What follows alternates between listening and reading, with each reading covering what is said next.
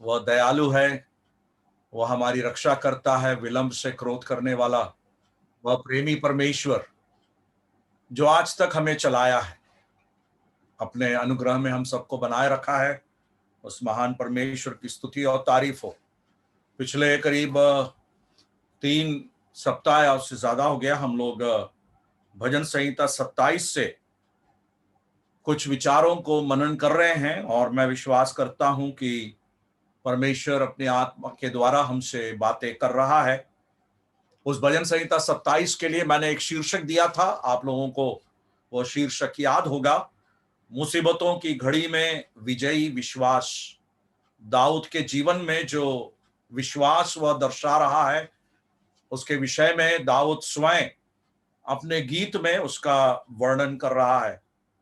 उसकी स्थिति यह है कि वह शत्रुओं के द्वारा वह ढकेला जा रहा है या भगाया जा रहा है, परमेश्वर के भवन से वह वंचित है, और उतना ही नहीं, लोग उसकी निंदा कर रहे हैं, उसके विरुद्ध बात कर रहे हैं, उसके माता पिता से वह दूर है, अलग है या छोड़ गए, और सुरक्षा के विषय में भी समस्या है, असुरक्षित वो महसूस कर रहा है। ऐसे सब परिस्थितियों के बीच में वो अपने विश्वास को दर्शा रहा है जो विजयी विश्वास है, और उसके बारे में हम विचार कर रहे थे। मैंने जैसे आप लोगों को बताया, इस पूरे भजन को मैंने 5 भागों में विभाजित किया है, और उस विभाजन के विषय में सब हमने विचार कर लिया, तो उसके बारे में ज्यादा अब बोलने की जरूरत नहीं है। पिछले बार जब हम विचार कर रहे थे, इस भजन के दूसरे भाग से विचार कर रहे थे, 4वीं आयत से लेकर 6वीं आयत तक, जहां पर मैंने इस विभाजन को इस प्रकार कहा था, परमेश्वर के साथ वास करने की आस, परमेश्वर के साथ रहने की जो खुशी है, परमेश्वर के साथ रहने की जो खुशी है, जिसके कारण से उसके अंदर वह स्तुति है, वह सुरक्षा है, परमेश्वर का प्रबंध वो अनुभव कर रहा है, और अपने जीवन में ख्याति को अनुभव कर रहा है, मतलब प्रोमिनेंस को अनुभव कर रहा है। इस प्रकार की बातों पर हम विचार कर रहे थे, और 4, 5, 6 ये 3 आयतों में मैंने 3 बातों को आपके सामने रखा था, प्रायोरिटी, प्रोटेक्शन एंड प्रोमिनेंस। ये 3 बातों को मैंने आप लोगों के सम्मुख रखा था, प्राथमिकता, और उसके बाद सुरक्षा, और उसके बाद प्रमुखता। और आप लोगों को याद होगा, जब मैं पिछले बार समाप्त किया तो मैंने इस बात को कहकर समाप्त किया कि हमारे जीवन में हम जो है आनंद या खुशी के उस बलिदान को परमेश्वर के लिए चढ़ाते हैं। 6वीं आयत में हम उस प्रकार पढ़ते हैं, वहां पर लिखा हुआ है, तंबू में जय जयकार के साथ बलिदान चढ़ाऊंगा। हिंदी में जय जयकार के साथ बलिदान चढ़ाऊंगा है, परंतु अंग्रेजी और उसके भाषा में, मूल भाषा में हम इस बात को देते हैं, जय जयकार के बलिदान को चढ़ाऊंगा। और हमने बलिदान के विषय में विचार भी किया था, किस प्रकार होंठों का फल जो है हम प्रभु को चढ़ाते हैं। उसके बाद मैं इस बात को बोलकर समाप्त किया था कि हमारे जीवन में भले काम को, doing good and sharing, we forget not, भले काम को करना और बांटना हम ना भूलें, क्योंकि परमेश्वर ऐसे बलिदानों से प्रसन्न होता है। तो वहां पर भला काम भी जो है बलिदान के रूप में, सैक्रिफाइस के रूप में हम देखते हैं। और वो सैक्रिफाइस शब्द का प्रयोग इसलिए किया गया है क्योंकि जो बलि है, जो बलिदान पशु है, वो स्वयं बलिदान हो रहा है, उसके लिए उस शब्द का प्रयोग है। तो आनंद भी जो है हमारे जीवन में, वो बलिदान के रूप में परमेश्वर को स्वीकार योग्य है। और इसलिए मसीही जीवन में आनंदित रहने का वह अनुभव हमारे जीवन में होना चाहिए।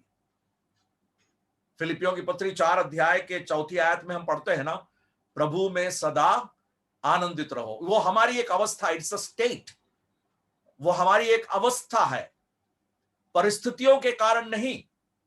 इसलिए नहीं क्योंकि मेरे पास बहुत धन संपत्ति है, इसलिए नहीं कि मैं स्वस्थ हूं, परंतु जीवन की कोई भी परिस्थिति हो, मेरे जीवन में मैं आनंदित हूं, मैं किसी भी प्रकार से परेशान नहीं, दुखी नहीं हूं, उस बात को निराश नहीं हूं, क्योंकि प्रभु का आनंद मेरे जीवन में है। प्रभु के कारण वो आनंद की स्थिति है, वो एक ऐसी स्थिति है जहां पर मैं अंदर से मगन रहता हूं, और प्यारों, ये एक अनुभवी प्रक्रिया है, प्रभु में सदा आनंदित रहना। मुझे नहीं मालूम आप लोगों ने उस कोरस को सुना है क्या? छोटे बच्चों को हमने सिखाया है, आपके साथ मैंने उस गीत को गाया क्या मुझे नहीं मालूम। फिलिपियों की पत्री 4 अध्याय उसकी 4 आयत, प्रभु में सदा आनंदित रहो, मैं फिर कहता हूं आनंदित रहो। वो गीत कोरस इस प्रकार है, छोटे बच्चे हैं तो वो लोग भी उस गानन का आनंद लेंगे, इसलिए मैं उसको जरा गाता हूं। प्रभु में सदा आनंदित रहो, प्रभु में सदा आनंदित रहो, मैं फिर कहता हूं आनंदित रहो, मैं फिर कहता हूं आनंदित रहो। फिलिपी 4:4, फिलिपी 4:4, फिलिपी 4:4, फिलिपी 4:4, प्रभु में सदा आनंदित रहो, प्रभु में सदा आनंदित रहो, मैं फिर कहता हूं आनंदित रहो, मैं फिर कहता हूं आनंदित रहो। फिलिपी 4:4, फिलिपी 4:4, फिलिपी 4:4, फिलिपी 4:4। हाँ, तो प्रभु में आनंदित रहना, वो आनंद हमारे चेहरे में दिखता है। आपके मुस्कान को देखकर मुझे भी खुशी हो रही है। कम से कम आप लोग मुस्कुरा तो रहे हैं, बहुत अच्छी बात है। हमारे स्वभाव में लोग मुस्कुराते नहीं है क्योंकि उनको लगता है ऐसा मुस्कुराना अच्छा नहीं है। धन्यवाद। हाँ, तो हमारे जीवन में वह आनंद का बलिदान प्रभु को चढ़ाना। क्यों बलिदान? क्योंकि वो बलिदान है, सैक्रिफाइस, जो खुद ही अर्पण किया गया है। उस शब्द का मतलब वो है, और हम लोग उसके लिए चुने गए हैं। आप लोगों को याद होगा, पहला पत्रस 2 अध्याय के 9वीं आयत को मैंने बताया था। आखिरी वचन शायद मैंने वही पढ़ा था जहां पर हमारे चुने जाने के विषय में लिखा हुआ है ना। पत्रस की पहली पत्री उसका 2 अध्याय और उसके 9वीं आयत में वहां पर लिखा है कि पर तुम एक चुना हुआ वंश और राजपदधारी, याजकों का समाज और पवित्र लोग और परमेश्वर की निज प्रजा हो, इसलिए कि जिसने तुम्हें अंधकार में से अपनी अद्भुत ज्योति में बुलाया उसके गुण प्रकट करो। तो उसके गुणों को प्रकट करना, उसके गुण को प्रकट करना हमारे जीवन में परमेश्वर इस प्रकार अनुमति देता है, इस प्रकार अवसर देता है, जहां पर हम आनंद के बलिदान को भी चढ़ाते हैं। ठीक है, उतना कहकर अब मैं उस भाग को छोड़ रहा हूं क्योंकि लंबा खींचना मुश्किल है। इस पूरे भजन को समाप्त भी करना है, इसके अध्ययन को थोड़ा कम से कम हम अध्ययन करेंगे। आज हम तीसरे भाग में आ जाते हैं। उस भजन के तीसरा भाग जो मैंने तीसरा भाग किया था 7वीं आयत से लेकर 12वीं आयत तक, फ्रॉम वर्स 7 to 12।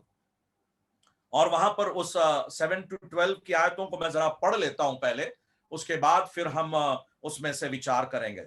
जो उसका तीसरा हिस्सा है 7 से 12 तक, और वहां पर यूं लिखा है, हे यहोवा मेरा शब्द सुन, मैं पुकारता हूं, तू मुझ पर अनुग्रह कर और मुझे उत्तर दे। तूने कहा है मेरे दर्शन के खोजी हो, इसलिए मेरा मन तुझसे कहता है, हे यहोवा तेरे दर्शन का मैं खोजी रहूंगा। अपना मुख मुझसे न छिपा, तू मेरा सहायक बना है। मेरे उद्धार करने वाले परमेश्वर, मुझे त्याग न दे और मुझे छोड़ न दे। मेरे माता पिता ने तो मुझे छोड़ दिया है, परंतु यहोवा मुझे संभाल लेगा। हे यहोवा अपने मार्ग में मेरी अगुवाई कर और मेरे द्रोहियों के कारण मुझको चौरस रास्ते पर ले चल। मुझको मेरे सताने वालों की इच्छा पर न छोड़, क्योंकि झूठे साक्षी जो उपद्रव करने की धुन में हैं मेरे विरुद्ध उठे हैं। तो यहां पर जो बात हम देखते हैं, जो तीसरा भाग जो है उसको मैंने इस प्रकार शीर्षक दिया है इस तीसरे भाग के लिए, परमेश्वर से संचार करने की स्वतंत्रता, the freedom of communicating with God. परमेश्वर के साथ संचार करने की स्वतंत्रता, the freedom of communicating with God, and that leads to surety of being led by God. और निश्चयता इस बात की है कि प्रभु हमारी अगुवाई करता है। The freedom of communicating with God leading to surety of leading of the Lord. परमेश्वर के साथ संचार करने की स्वतंत्रता जो है, परमेश्वर की अगुवाई को अनुभव करने की निश्चयता है। जो परमेश्वर से बात करता है वही परमेश्वर की अगुवाई को अनुभव कर सकता है। परमेश्वर के साथ बात करना बहुत ही महत्वपूर्ण विषय है। मैं इस बात को मान लेता हूं, आई एक्नॉलेज, मैं इस बात को मान लेता हूं कि इस भाग को प्रचार करने के लिए या शिक्षा देने के लिए मैं योग्य नहीं हूं, क्योंकि प्रभु के उस आदर्श को मैं देखता हूं तो मैं उसके पास कहीं नहीं पहुंचता। जहां पर प्रभु के बारे में हम पढ़ते हैं, यीशु मसीह के बारे में पढ़ते हैं, वो रात भर प्रार्थना में समय बिताया, अल सुबह उठकर वो अकेले में गया और प्रार्थना में समय बिताया। उन सब बातों को मैं सोचता हूं तो मैं तो कभी भी इस योग्य नहीं हूं कि इसके विषय में बताऊं, परंतु फिर भी परमेश्वर के अनुग्रह में मैं इस बात को स्वीकार करते हुए इस बात को आपके सामने, सच्चाई को आपके सामने रखना चाहता हूं। यहां पर दो तीन शब्दों पर जरा हम लोग अध्ययन करने की कोशिश करेंगे। 7वें आयत को जरा देखिए, वहां पर 7वें आयत में कहता है, हे यहोवा मेरा शब्द सुन, मैं पुकारता हूं।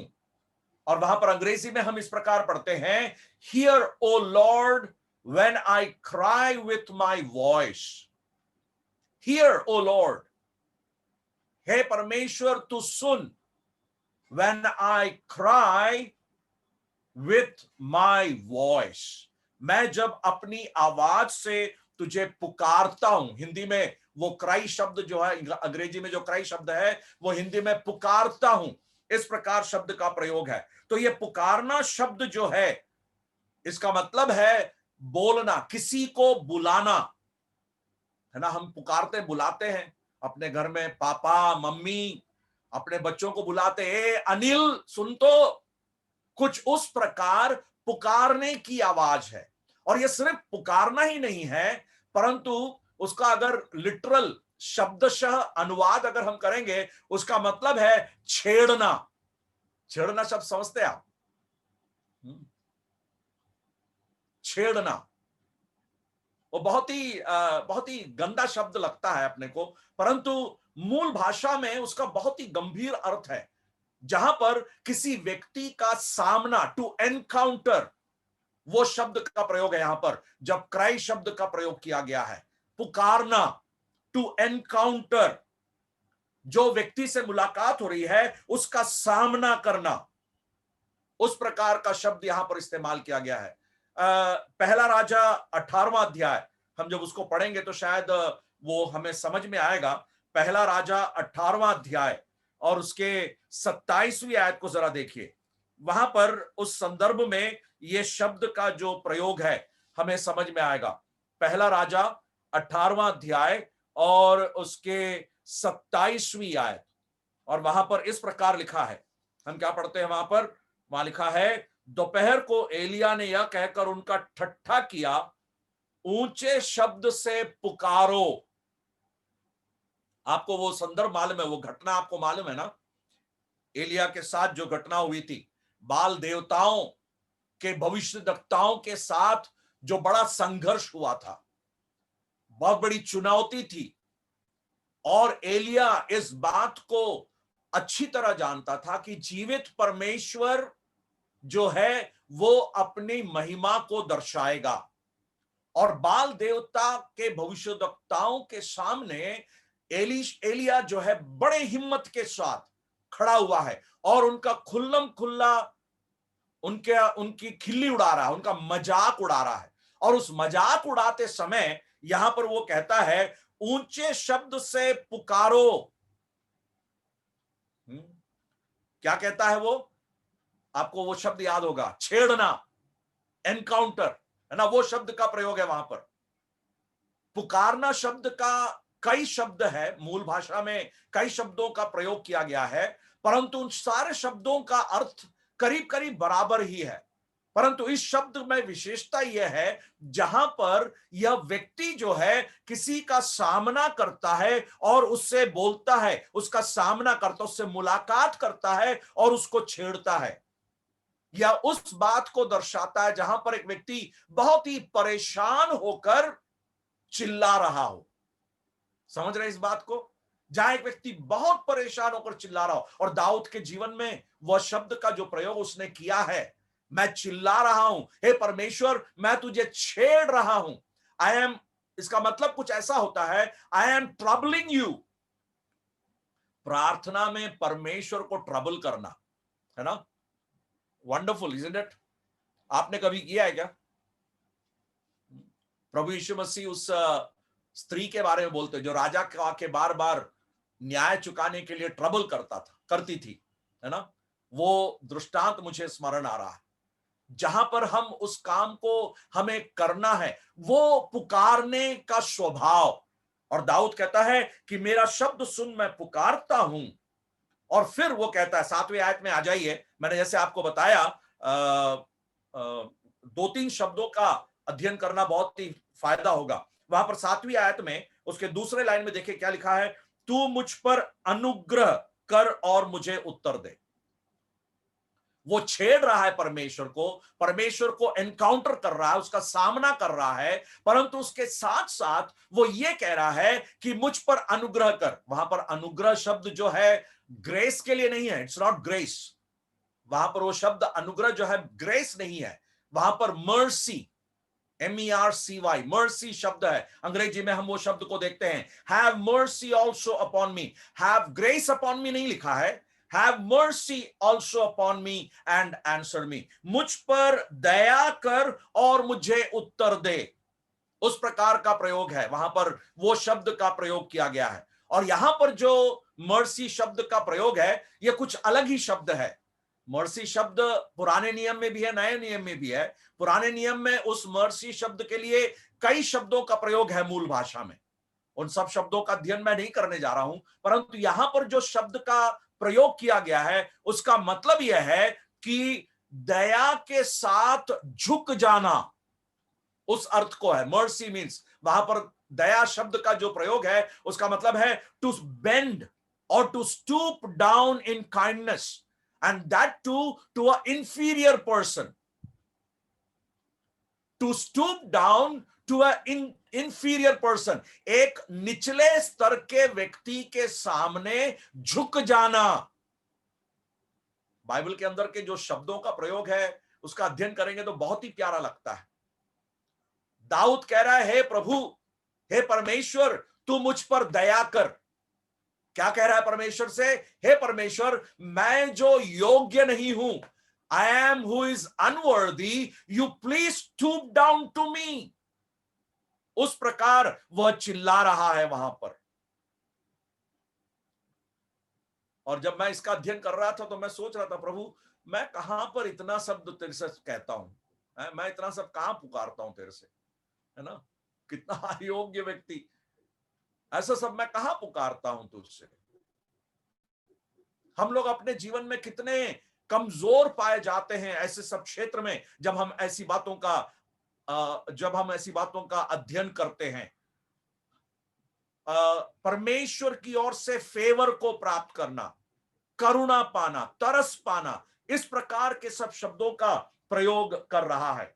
और हम इस शब्द के प्रयोग को हम भजन संहिता 25 में भी देखते हैं। 25 के 16 में, भजन संहिता 25 और उसका 16, भजन संहिता 25 उसका 16, वहां पर इसी शब्द का प्रयोग है। और वहां पर भी, परंतु हिंदी में अनुग्रह शब्द है। अंग्रेजी में हालांकि वह मर्सी शब्द का प्रयोग वहां पर है, परंतु अंग्रेजी में फिर वहां पर अनुग्रह शब्द है। देखिए हिंदी में क्या लिखा है, हे यहोवा मेरी ओर फिर कर, मुझ पर अनुग्रह कर, क्योंकि मैं अकेला और दीन हूं। और यह शब्द का जो प्रयोग है पुराने नियम में उस संदर्भ में है जहां पर व्यक्ति बिल्कुल निस्सहाय अवस्था को अनुभव कर रहा है। This word is used in that situation where the person who is asking the Lord or crying to the Lord is in a helpless state. और इसलिए मर्सी शब्द का जो प्रयोग है वहां पर किया गया है। भजन संहिता 30 और उसके 10वीं आयत में आ जाइए, वहां पर भी वही शब्द का प्रयोग है। देखिए वो भी वैसी ही है। वहां पर भी उस भजन, दाऊद का भजन है, वो कहता है 30:10, भजन संहिता 30 का 10, हे यहोवा सुन, मुझ पर अनुग्रह कर, हे यहोवा तू मेरा सहायक। तो यहां सब वो शब्द का प्रयोग करते हुए दाऊद इस बात को कहता है कि हे प्रभु, मैं जो अयोग्य व्यक्ति हूं, मेरी मदद करने के लिए तू झुक जा। मेरे प्यारों, परमेश्वर की दया इतनी बड़ी है कि परमेश्वर हमारी ओर झुक जाता है। पुकारने के द्वारा परमेश्वर को हम झुका देते हैं हमारे जीवन में। क्या इस प्रार्थना की सामर्थ को आप अपने जीवन में समझ रहे हैं?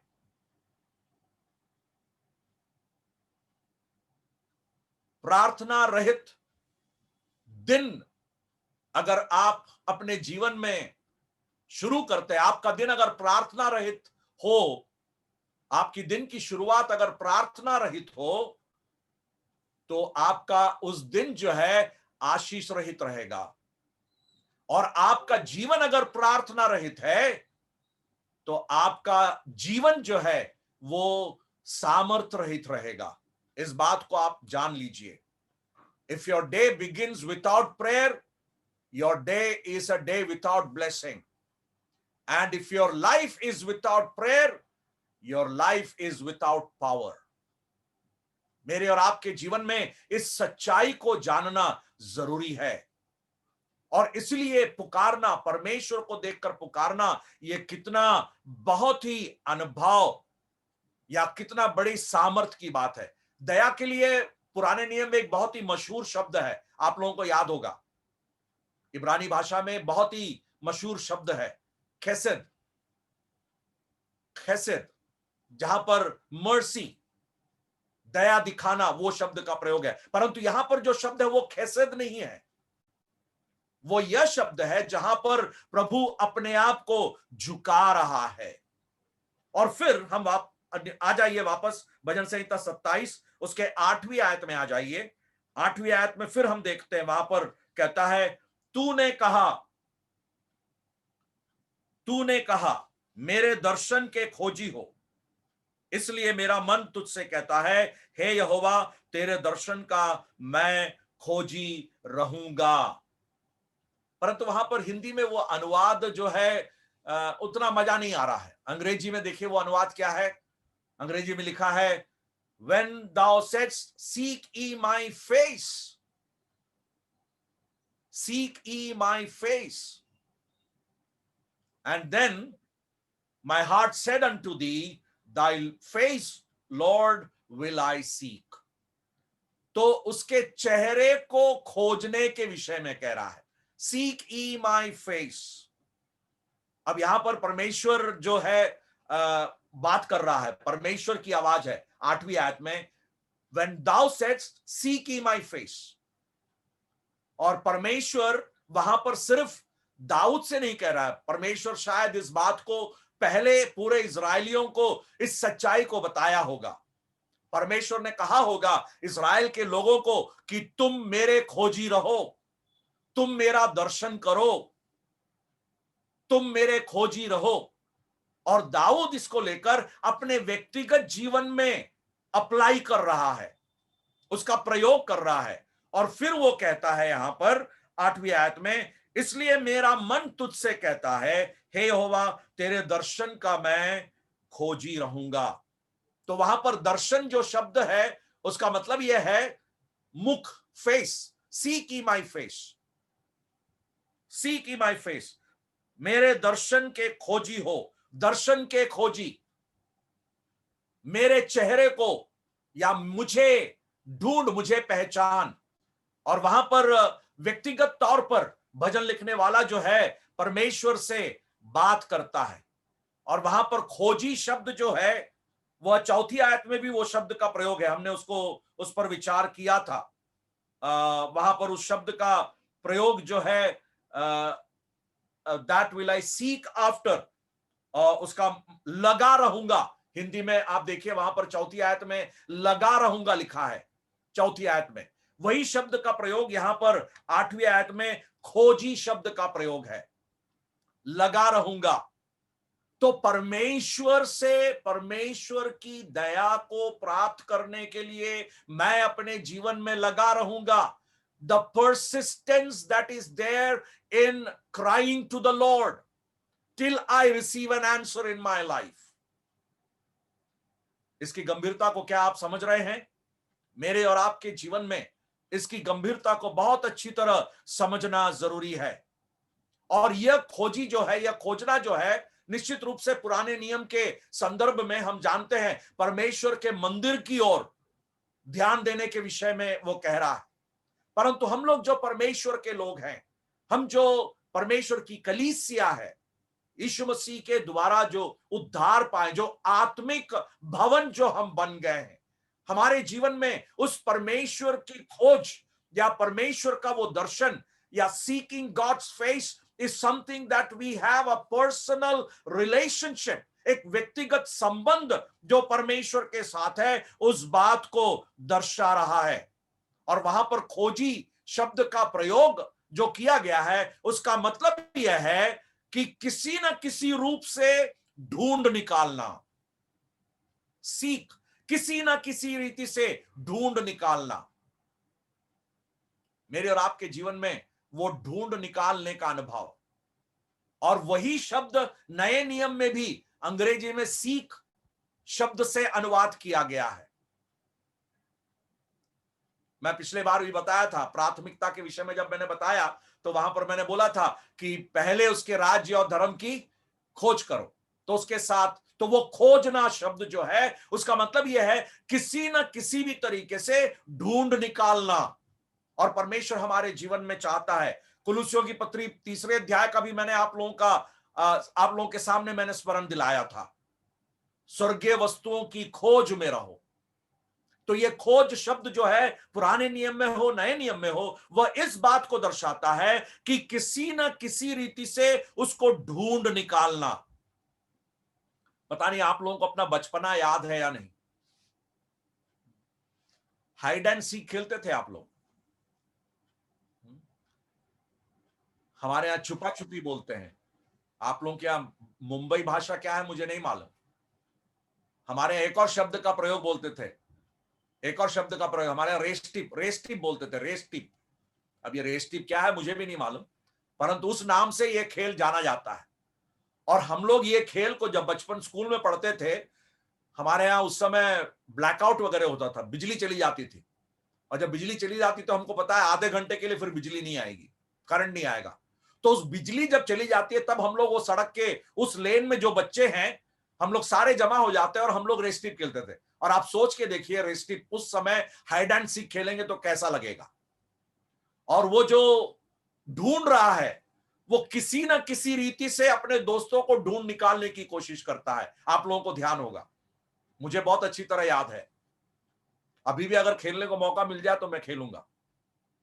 अपने छोटे बच्चों के साथ मैं खेलता हूं, वैसे कभी कभी दादा होने के बाद और ज्यादा खेलने का अच्छा लगता है। तो हमारे जीवन में उस प्रकार तो परमेश्वर का दास कह रहा है कि किसी ना किसी रीति से भी मैं परमेश्वर का खोजी रहूं। क्यों? क्योंकि मैं उसके दर्शन के द्वारा अपने जीवन में उस शांति को अनुभव करूं, उस दया को अनुभव करूं। यहां सब जो दाऊद जो शब्दों का प्रयोग कर रहा है, यहां सब जो है वो शब्द जो है उस बात को दर्शाता है जहां पर परमेश्वर के साथ उसका घनिष्ठ संबंध है। और वही बात वो कह रहा है। तो उसका मतलब यह है कि परिश्रम करना, मेहनत करना, परमेश्वर को पुकारने के लिए मेहनत करना। और यह शब्द का प्रयोग, सीख शब्द का जो प्रयोग है या खोजना शब्द का जो प्रयोग है, वो उत्पत्ति की पुस्तक, रूत के पुस्तक में सब लिखा हुआ है। रूत के पुस्तक को जरा निकाल लीजिए, रूत का पुस्तक 3 अध्याय और उसकी पहली आयत, वहां पर वो शब्द का प्रयोग है। वहां पर हिंदी में ढूंढ करके शब्द का प्रयोग है, अंग्रेजी में फाइंड करके शब्द है, शायद मुझे ठीक से याद नहीं आ रहा है। हिंदी में वहां पर लिखा है, रूत की पुस्तक 3 अध्याय और उसके पहली आयत, नवमी का वो शब्द है रूत के लिए। और वहां पर नवमी कहती है, क्या मैं तेरे लिए ठाव ना ढूंढूं कि तेरा भला हो? Shall I not seek a place, a shelter, a place of shelter for you? अक्सर विवाह में ये शब्द का ये आयत का प्रयोग मैं करता हूं, और आप लोग सुने भी होंगे कई बार परमेश्वर के दासों के द्वारा, husbands are a place of shelter for wives, है ना? पतियों को ऐसा जीवन दर्शाना चाहिए पत्नियों के लिए जहां पर पत्नी हमेशा पति के शरण में आ जाए। हमारे भारतीय संस्कृति के अनुसार पत्नियां जो है शादी के औरतें जो है शादी के बाद भी अपने मायके की याद रखती हैं, है ना। कुछ भी हो जाए, पापा ऐसा हो गया, मम्मी वो ऐसा कर रहा है? नहीं नहीं, आप अगर पति के शरण में आ गए हैं तो पति आपके लिए शरण है। उस पति के शरण में रहने को सीखना है और पति को वैसा माहौल बनाना है। और रूथ के लिए नवमी उसी बात को कह रही है। वो कहती है तेरे लिए ठाव ना ढूंढू। वो ढूंढू शब्द जो है भजन संहिता 27 में जो दाऊद खोजू वो शब्द का प्रयोग है। किसी ना किसी रीति से क्या परमेश्वर छुपा हुआ है? नहीं, परमेश्वर छुपा हुआ नहीं है। परंतु दाऊद इस बात को कहना चाहता है कि परमेश्वर मैं तेरे लिए कितना प्यासा हूं। वही मैं आपको बता रहा हूं, परमेश्वर के साथ के वो घनिष्ठ संबंध को वहां पर वो दर्शा रहा है। तो पूर्ण रूप से मेरे प्यारों, परमेश्वर हमारे जीवन में यह चाहता भी है कि हम परमेश्वर के खोजी रहें, परमेश्वर के साथ उस लगन में रहें। परमेश्वर मेरे लिए पूरा प्यारा हो, जहां पर मैं उसको हमेशा उस संबंध को बनाए रखूं, उस सहभागिता को बनाए रखूं। मेरे जीवन में कोई भी ऐसी बात ना आए जहां पर वो सहभागिता जो है वो खत्म हो जाए। कितनी प्यारी बात है। दाऊद कितने अच्छी रीति से उस बात का वर्णन कर रहा है। तो मैं और आप हमारे जीवन में इस बात को समझ सकते हैं कि परमेश्वर को पुकारना कितना ही महत्वपूर्ण है। और इसलिए दाऊद कहता है, हे यहोवा तेरे दर्शन का मैं खोजी हूं। O Lord, I am seeking your face I seek O Lord. मेरे और आपके जीवन में मेरे प्यारों, परमेश्वर कितना ही ज्यादा उस बात की इच्छा करता है। मैं और आप कितने गंभीर हैं उस प्रार्थना के विषय में, परमेश्वर को पुकारने के विषय में, परमेश्वर से बात करने के विषय में। क्या हम उसे गंभीरता से लेते हैं? यह सवाल पूछो तो थोड़ा ज्यादा हो जाएगा, फिर भी आप लोगों को मैं जरा प्रोवोक करना चाहता हूं। आज कितने देर आप लोग प्रार्थना में अपने समय को बिताएं? हम लोग सब कितने कामों में व्यस्त रहते हैं, कितना व्यस्त रहते हैं। क्या प्रार्थना में हम समय बिता पाए हैं? मैं ये नहीं बोल रहा हूं कि आप गए, हाँ प्रभु धन्यवाद, जैसे किसी ने प्रार्थना किया था अंग्रेजी में, मैं हमेशा बोलता हूं, Lord bless me and my wife, our two sons James and John, we four and no more, आमीन। है ना, हमारी प्रार्थना सब ऐसी होती। हे प्रभु मुझे और मेरी पत्नी को आशीष दे, हमारे दो पुत्र जेम्स और जॉन उनको भी आशीष दे, हम चार को आशीष दे, आमीन, बस हो गया, हमारी प्रार्थना समाप्त हो जाती है। परंतु दाऊद के समान उस मनसा को रखकर हमारे जीवन में परमेश्वर से विनती करना, क्या मैं और आप उस प्रकार कर पाते हैं? परमेश्वर के श्रेष्ठ दास E.M. बाउंस, उन्होंने प्रार्थना के विषय में बहुत अच्छी किताब लिखी है, अगर आप लोगों को मिले तो जरा लेकर पढ़ना। और उनका एक स्टेटमेंट मैं कोट करना चाहता हूं, मैं पढ़ना चाहता हूं, अंग्रेजी में है, उसका हिंदी में बताऊंगा। और वो कहते इस प्रकार हैं, prayer should not be regarded as a duty which must be performed, but rather as a privilege to be enjoyed, a rare delight that is always revealing some new beauty। बहुत ही महत्वपूर्ण स्टेटमेंट है। परमेश्वर का दास कह रहे हैं, प्रार्थना जो है वो केवल एक कार्य के रूप में हमें नहीं समझना चाहिए, परंतु एक ऐसे सौभाग्य के रूप में हमें उसका आनंद लेना चाहिए। एक बहुत ही खास प्रसन्नता जो हमेशा एक नई सुंदरता को प्रकट करता है। उस प्रार्थना का जीवन जहां पर परमेश्वर के साथ वार्तालाप या संचार करने की वो आनंद को हम अनुभव करें। मैं अगर ऐसी बातों को कहूंगा तो पता नहीं मेरे बारे में गलत गलत गलत बातें फैलने लगेगी, परंतु मुझे मानना जरूरी है ना। कई बार सुबह सुबह उठते हैं, प्रार्थना करने के नाम पे उठ के बैठ जाते हैं, और प्रार्थना करते करते बाद में पता चलता है थोड़ी देर बाद कि मैं प्रार्थना नहीं कर रहा था, मैं सो रहा था। आप लोग तो वैसा अनुभव नहीं करते, आप लोग तो अच्छे लोग हैं, मैं जानता हूं, मेरे जीवन में हुआ है। कई बार प्रार्थना करने बैठते हैं, उसके बाद फिर ध्यान आता, अरे मैं प्रार्थना कर रहा था, इतने सारी बातें दिमाग से गुजरने लग जाती है, फिर बाद में याद आता, अरे मैं प्रार्थना कर रहा था। आप लोगों के साथ नहीं हुआ होगा ऐसे? हमारे जीवन में वो लगाव जो है, और इसलिए परमेश्वर का दास ईएम बाउंस कहता है, prayer should not be regarded as a duty, it is something which is a privilege to be enjoyed and a rare delight that is always revealing some new beauty. क्या मैं और आप उस प्रकार प्रार्थना करने का आनंद लेते हैं? मेरे प्यारों, प्रार्थना में समय बिताना कभी भी बेकार नहीं जाता। Prayer spent time spent in prayer is never a waste. क्या मैं और आप उस प्रकार प्रार्थना में समय बिता सकते हैं? कई बार प्रार्थना में हम लोग शब्दों का इतना ज्यादा प्रयोग करते हैं। प्रभु यीशु मसीह ने प्रार्थना के विषय में बहुत सारी बातें बोली, वो सब अगर बोलने जाऊंगा तो मेरा समय खत्म हो जाएगा, वैसे भी खत्म हो रहा है, परंतु बोलना जरूरी भी है। मत्ती रचित सुसमाचार में जब हम आते हैं, प्रभु यीशु मसीह प्रार्थना के बारे में बोलते हैं, और वहां पर प्रार्थना के बारे में जब कहते हैं, 7वीं आयत को देखिए, मत्ती रचित सुसमाचार 6वां अध्याय उसकी 7वीं आयत, Matthew's gospel chapter 6 and verse 7, और वहां पर लिखा हुआ है, प्रार्थना करते समय अन्य जातियों के समान बकबक ना करो। हिंदी में मेरे को वो शब्द बहुत अच्छा लगता है, क्योंकि वे समझते हैं कि उनके बहुत बोलने से उनकी सुनी जाएगी।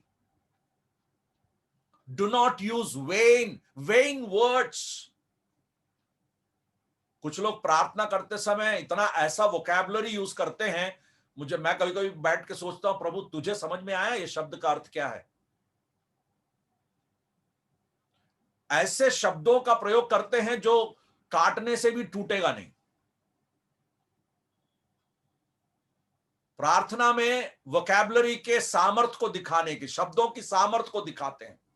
और कुछ लोग तो प्रार्थना करते समय परमेश्वर को सिखाते हैं, शिक्षा देते हैं परमेश्वर को, हे परमेश्वर तू नहीं जानता है क्या, हम लोग आज जा रहे हैं, मुंबई जा रहे हैं हम लोग, आज मुंबई से हावड़ा से आने वाले ट्रेन में हम लोग मुंबई जा रहे हैं, और हम लोग दुर्ग स्टेशन से गाड़ी पकड़ेंगे।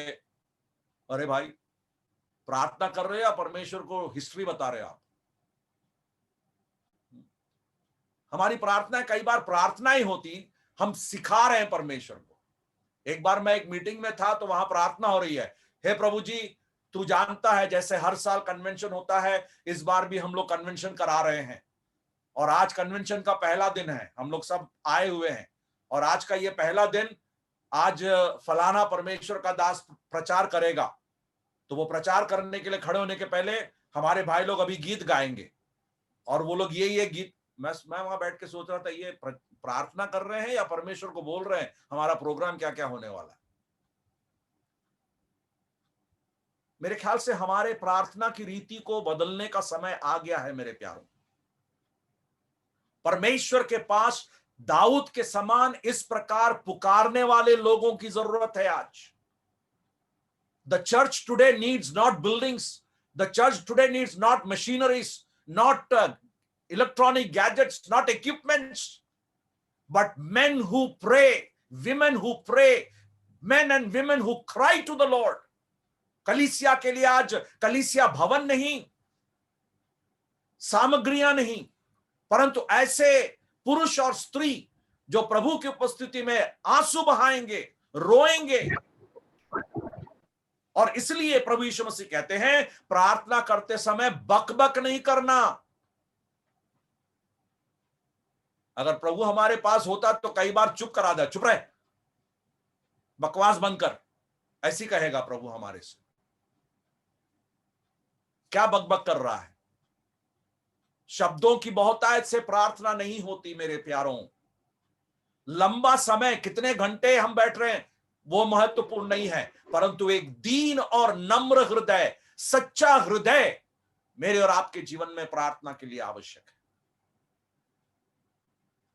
और दाऊद के जीवन में उस बात को हम देखते हैं, और इसलिए परमेश्वर के द्वारा उसने इस गवाही को भी पाया, a man after God's own heart, परमेश्वर के हृदय के अनुसार एक पुरुष।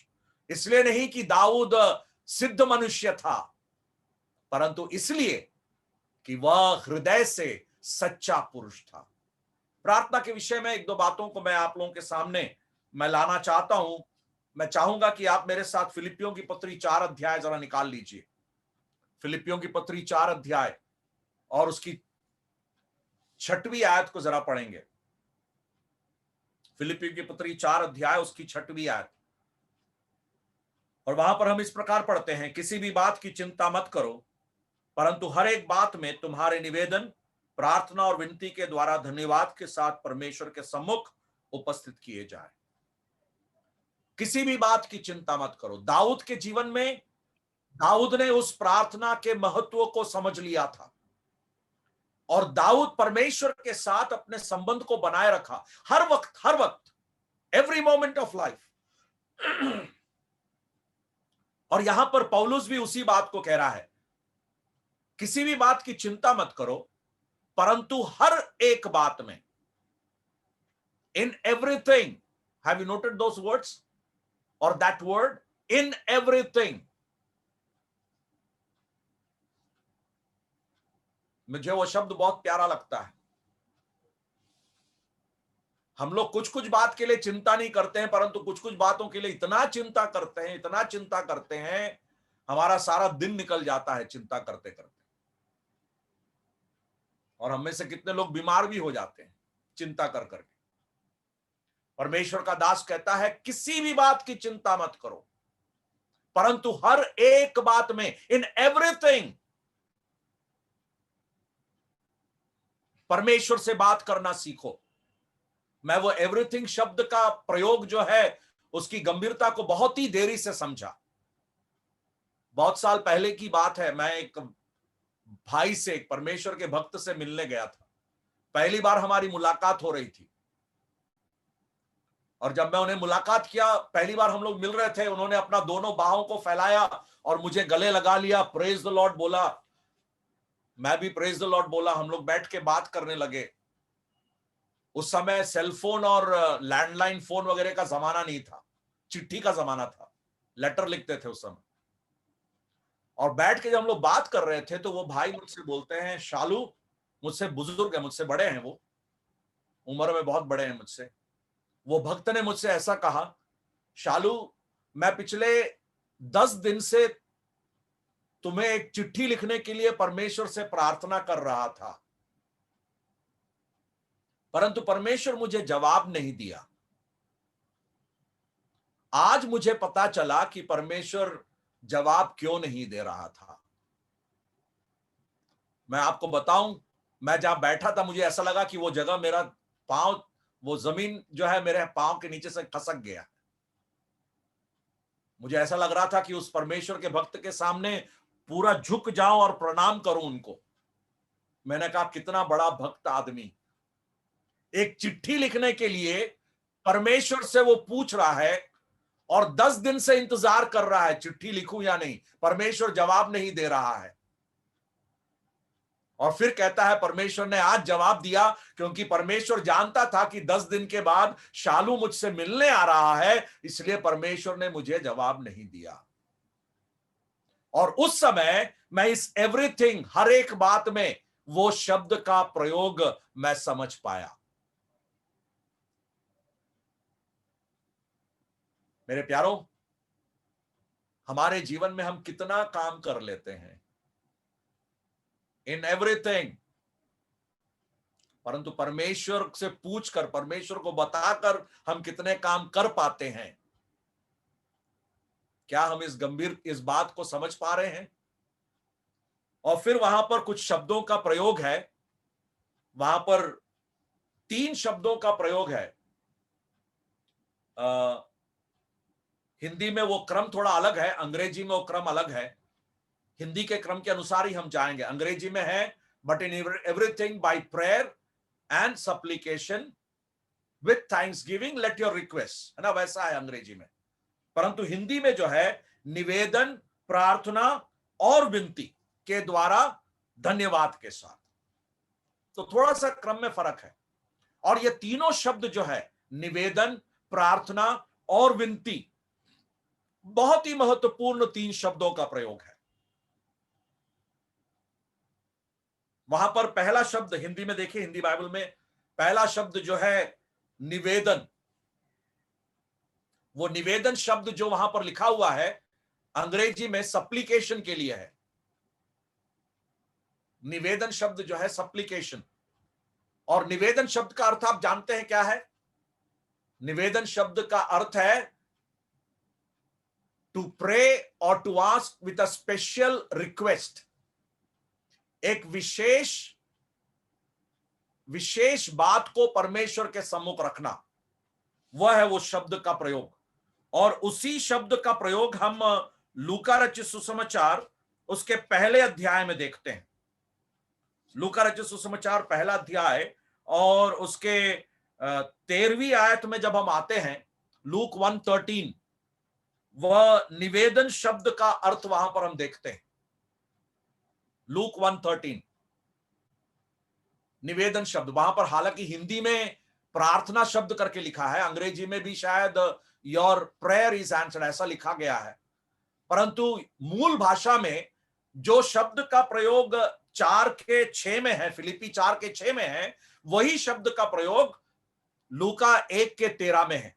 और वहां पर हम जानते हैं, वो संदर्भ को जानते हैं, जकरिया से स्वर्गदूत बात कर रहा है। और वहां पर क्या लिखा है? परंतु स्वर्गदूत ने उससे कहा, हे जकरिया, मैं लूका 1:13 पढ़ रहा हूं, वहां पर लिखा है, हे जकरिया, भयभीत ना हो, क्योंकि तेरी प्रार्थना सुन ली गई है, और तेरी पत्नी इलिशिबा से तेरे लिए एक पुत्र उत्पन्न होगा, और तू उसका नाम यूहन्ना रखना। वहां पर प्रार्थना जो शब्द है वहां पर इस प्रकार आना चाहिए, मैं उसको पढ़ता हूं उस शब्द को जोड़कर। वहां पर लिखा है, क्योंकि तेरा निवेदन सुन लिया गया है, और तेरी पत्नी इलिशिबा से तेरे लिए एक पुत्र उत्पन्न होगी। तेरा निवेदन, तो निवेदन का मतलब क्या है? To place before God a special need. परमेश्वर के पास एक विशेष आवश्यकता को रखना और प्रार्थना करना। यहां पर जकरिया के जीवन में क्या था? वो विशेष प्रार्थना का विषय, जकरिया और इलिशिबा के लिए एक पुत्र की आवश्यकता थी, और उस पुत्र की आवश्यकता को उन्होंने परमेश्वर के सम्मुख रखा। क्या मैं और आप अपने जीवन में अपनी आवश्यकताओं को परमेश्वर के सम्मुख रखते हैं इस प्रकार? हम सबके जीवन में शायद अनुभव होगा, मैं जानता हूं। हम सब अपने जीवन में कह सकते हैं कि मैंने इस बात को मांगा परमेश्वर से और उसने दिया है, और वो कितनी अच्छी बात है। मेरे जीवन में उस समय, उस उम्र में, जब मैं परमेश्वर की सेवा के लिए अपने जीवन को समर्पित कर रहा था, तो मेरे जीवन में मैंने एक चिन्ह चाहा परमेश्वर से। मैंने कहा, प्रभु, अगर वास्तव में तू चाहता है कि मैं तेरी सेवा के लिए समर्पित हूं, तो मैं एक चिन्ह चाहता हूं। और उस चिन्ह को मैंने परमेश्वर से मांगा, और आपको आश्चर्य होगा, परमेश्वर ने उस चिन्ह को पूरा किया मेरे जीवन में। मैं उसको एक कन्वेंशनल मेथड या एक स्ट्रिक्ट पॉलिसी होकर नहीं बता रहा हूं, मैं अपने जीवन का अनुभव बता रहा हूं। तो हमारे जीवन में परमेश्वर से उस प्रकार आवश्यकता को परमेश्वर के सम्मुख रखना, उस प्रकार परमेश्वर से पुकारना, क्या उस प्रकार के अनुभव से मैं और आप अपने जीवन को बिता पा रहे हैं? मेरे जीवन में तो कई सारे ऐसे अनुभव हैं जो मैं बता सकता हूं। मेरे दांपत्य जीवन में हो, मेरे आत्मिक जीवन में हो, पारिवारिक जीवन में हो, सेवा के जीवन में हो, परमेश्वर ने उस प्रकार कार्य को किया है। मैं मैथ्यू पॉल अंकल के उस गवाही को कभी नहीं भूल सकता। उन्होंने एक दिन परमेश्वर से कहा, परमेश्वर अगर तू एलिया का परमेश्वर है, मैं चाहता हूं कि मेरे घर में कौवा मेरे लिए कुछ ले आए। आपने भी पढ़ा होगा शायद, मुझे नहीं मालूम, परंतु मैथ्यू पॉल अंकल के जीवन में वैसा हुआ है। क्या हम लोग इस प्रकार प्रार्थना को गंभीरता से अपने जीवन में ले सकते हैं, या केवल ये सिर्फ दाऊद के लिए ही बताया गया है? क्या मैं और आप इसको अनुभव नहीं कर सकते, उस आनंद को? परमेश्वर चाहता है, परमेश्वर चाहता है, और इसलिए पौलुस कहता है कि किसी भी बात की चिंता मत करो, परंतु हर एक बात में तुम्हारे निवेदन, हर एक बात में, इन एवरीथिंग। वहां पर दूसरा शब्द का प्रयोग जो है वो प्रार्थना है। प्रार्थना जो है वो एक सामान्य शब्द है, और उस प्रार्थना में कई बातें शामिल है। मैं उस और जाना नहीं चाहता हूं, मेरा समय हो चुका है और मैं यहां पर समाप्त करना चाहता हूं। परंतु प्रार्थना के महत्व को हम लोग अपने जीवन में पहचाने प्यारों। हम इस विषय को अगले सप्ताह भी थोड़ा सा विचार करेंगे, और उसके बाद मैं इस भजन के अध्ययन को समाप्त करने की कोशिश करूंगा। हालांकि पूर्ण रूप से अध्ययन पूरा नहीं होगा, फिर भी जितना परमेश्वर का आत्मा हमें सिखाना चाहता है उतना तो जरूर हो जाएगा, मैं विश्वास करता हूं। मैं और आप प्रार्थना को बड़ी गंभीरता से लें। मेरे और आपके जीवन में हम किसी भी बात की चिंता ना करने वाले हों, परंतु परमेश्वर को पुकारने वाले। और दाऊद के जीवन में, मैं इन दिनों में अपने छोटा जो भजन संहिता का जो अध्ययन चल रहा है, उस संदेश में भी मैं प्रार्थना के विषय में ही ले रहा हूं। दाऊद के जीवन में दाऊद चिल्ला रहा है, प्रार्थना कर रहा है, इसलिए नहीं कि दाऊद कमजोर है। क्या उसके जीवन में वो शत्रु का सामना नहीं कर पा रहा था? कितने आसानी से उसने किया है शत्रु का सामना, परंतु उसके जीवन में वो सामना इसलिए कर पाया क्योंकि उसका भरोसा प्रभु पर था। प्रभु उसके जीवन की बातों को समझ रहा था, क्योंकि परमेश्वर के साथ उसका संबंध बहुत ही करीबी का संबंध था। मैं और आप अपने जीवन में उस महत्व को पहचान कर परमेश्वर से संचार करने की स्वतंत्रता को हम और भी ज्यादा अनुभव करें, जिसके द्वारा हम इस निश्चयता को प्राप्त करें कि परमेश्वर हमारे जीवन में हमारी अगुवाई कर रहा है। परमेश्वर इस वचन को हमारे जीवन में आशीषित करके दे। परमेश्वर के बड़े नाम की स्तुति हो। परमेश्वर हम सबको अपनी आशीषों से भर दे। आप सबको जय मसीह की।